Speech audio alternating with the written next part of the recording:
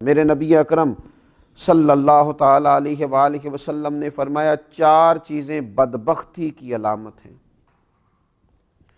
ایک تو فرمایا کہ آنکھوں کا خشک ہو جانا، کبھی بھی اللہ کے خوف سے ان میں آنسوؤں کا نہ آنا بدبختی کی علامت ہے۔ دوسرا، رسول اللہ صلی اللہ تعالیٰ علیہ وسلم نے فرمایا دل کا سخت ہو جانا یہ بدبختی کی علامت ہے، کہ تیرے دل میں کسی کے لیے درد نہ ہو، تیرا دل کسی کے لیے نرم نہ ہو، تیری طبیعت میں کبھی کسی بندے کے لیے ہمدردی پیدا نہ ہو، یہ بدبختی کی علامت ہے۔